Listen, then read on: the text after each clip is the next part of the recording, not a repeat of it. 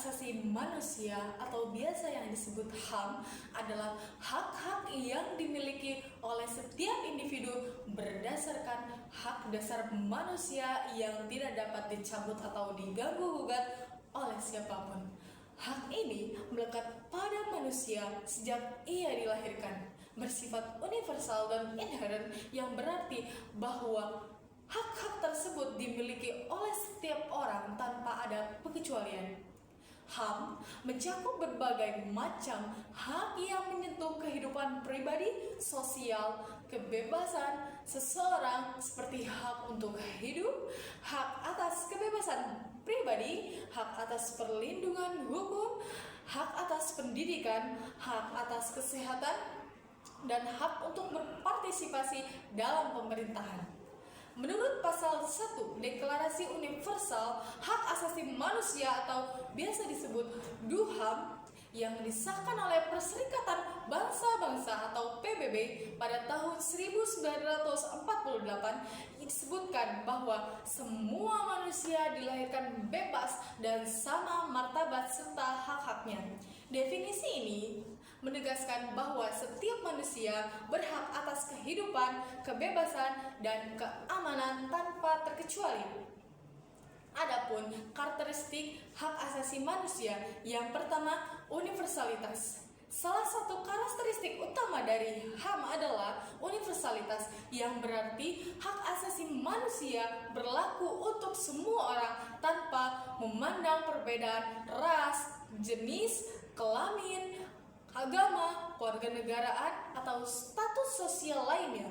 Yang kedua ada inalienabilitas. Inalienabilitas mengacu pada hak-hak yang tidak bisa dicabut atau diambil oleh siapapun, baik negara, individu, kelompok lainnya. HAM ini bersifat tetap bahkan dalam situasi atau kondisi apapun. Yang ketiga, tidak terpisahkan atau indivisibilitas.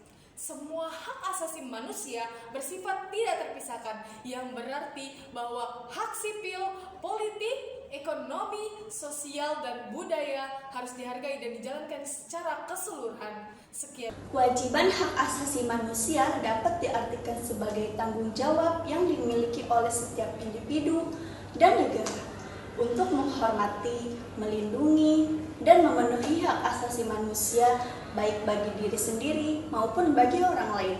Kewajiban ini mengandung makna bahwa setiap hak asasi manusia yang dimiliki oleh individu tidak hanya menguntungkan pemiliknya, tetapi juga memiliki implikasi terhadap orang lain dan negara sebagai entitas yang memegang kendali atas kebijakan dan hukum di tingkat nasional. Menurut Universal Declaration of Human Rights (UDHR) yang disahkan oleh Perserikatan Bangsa-Bangsa pada tahun 1948, dalam pasal 29 diatur bahwa setiap individu memiliki kewajiban terhadap masyarakat yang memungkinkan kebebasan dan perkembangan kepribadian mereka. Dalam hal ini, kewajiban hak asasi manusia mencakup peran serta individu dalam menciptakan lingkungan yang mendukung penghormatan terhadap hak-hak orang lain serta memenuhi kewajiban-kewajiban tertentu yang mendukung kesejahteraan umum. Beberapa kewajiban individu dalam konteks hak asasi manusia meliputi: 1. Kewajiban untuk menghormati hak orang lain. Setiap individu wajib menghormati hak-hak orang lain sebagaimana dijamin dalam hukum internasional dan nasional. Dalam pasal 29 UDHR disebutkan bahwa dalam menjalankan hak-haknya setiap orang harus tunduk pada pembatasan-pembatasan tertentu yang ditetapkan oleh hukum dengan tujuan untuk menjamin pengakuan dan penghormatan terhadap hak-hak orang lain, serta untuk memenuhi keadilan dan ketertiban umum dalam masyarakat. Yang kedua, ada kewajiban untuk tidak melanggar hak asasi manusia orang lain. Kewajiban individu lainnya adalah untuk melakukan tindakan yang merugikan atau melanggar hak asasi manusia, orang lain seperti diskriminasi, kekerasan, penyiksaan, atau ekspoliasi. Yang ketiga, kewajiban untuk berpartisipasi dalam masyarakat. Setiap individu juga berkewajiban untuk aktif berpartisipasi dalam proses demokrasi dan kehidupan sosial yang lebih luas. Kewajiban asasi manusia oleh negara. Di samping kewajiban individu, negara juga memiliki kewajiban utama dalam melindungi, menghormati, dan memenuhi hak asasi manusia bagi seluruh warganya. Beberapa kewajiban negara dalam konteks hak asasi manusia meliputi: 1. Kewajiban untuk melindungi. Negara memiliki kewajiban untuk melindungi hak asasi manusia warganya dari pelanggaran yang dilakukan oleh pihak-pihak lain, baik oleh pihak individu maupun kelompok. Yang kedua, kewajiban untuk menghormati. Negara juga berkewajiban untuk menghormati hak asasi manusia dengan tidak melakukan tindakan yang melanggar hak tersebut. Negara harus memastikan bahwa kebijakan dan tindakan administrasi tidak mengurangi atau mencabut hak asasi manusia yang sudah dijamin dalam konstitusi maupun hukum internasional.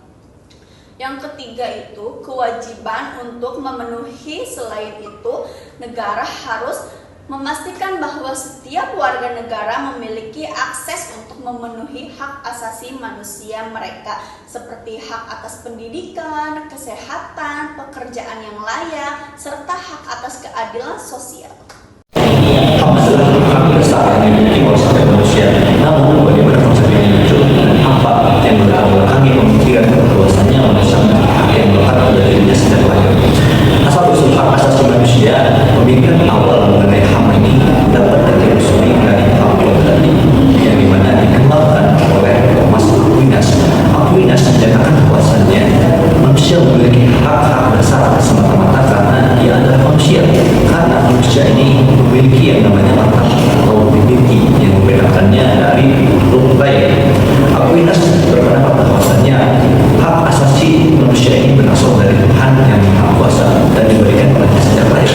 Oleh karena itu, sifatnya universal dan tentunya tidak dapat dicampuri.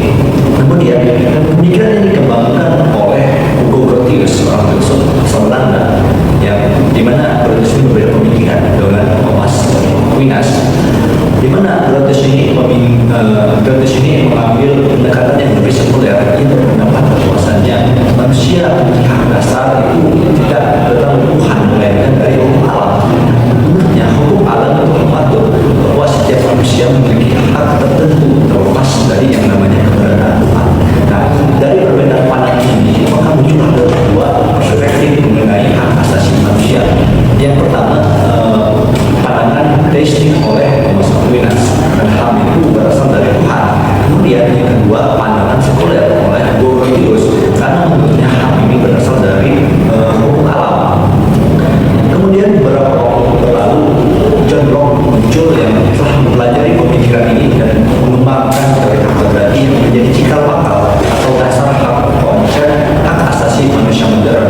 Nah, John Locke ini menyatakan bahwa manusia memiliki hak hidup, hak kebebasan, dan pemilihan, di mana ini tidak boleh dilanggar oleh siapapun, termasuk negara. Terhadap hak asasi manusia pun, meskipun banyak diterima HAM ini, ternyata banyak juga yang contohnya dari Jerry Bentham atau filsuf modernisme yang menilai sebagai HAM ini dasarnya hostil atau yang sekolah karena dianggap tidak memiliki dasar hukum yang nyata. Menurutnya HAM memiliki makna jika dibedakan oleh yang namanya hukum positif. Nah, kemudian pandangan serupa juga dikemukakan oleh John Austin, seorang filsuf positifisme hukum. Dia berpendapat bahwasanya hak asasi manusia tidak memiliki kekuatan hukum kecuali jika dikodifikasikan dengan undang-undang suatu negara. Kemudian kritik lain dari perspektif sosial, secara teori semua manusia itu memiliki hak yang sama, tetapi dalam kenyataannya masih terjadi dengan kesenjangan. Contohnya dari seorang anak keluarga kaya, tentunya dia memiliki privilege dari keluarga anak yang miskin. Dalam contoh ini, kita dapat menilai meskipun hak ini merupakan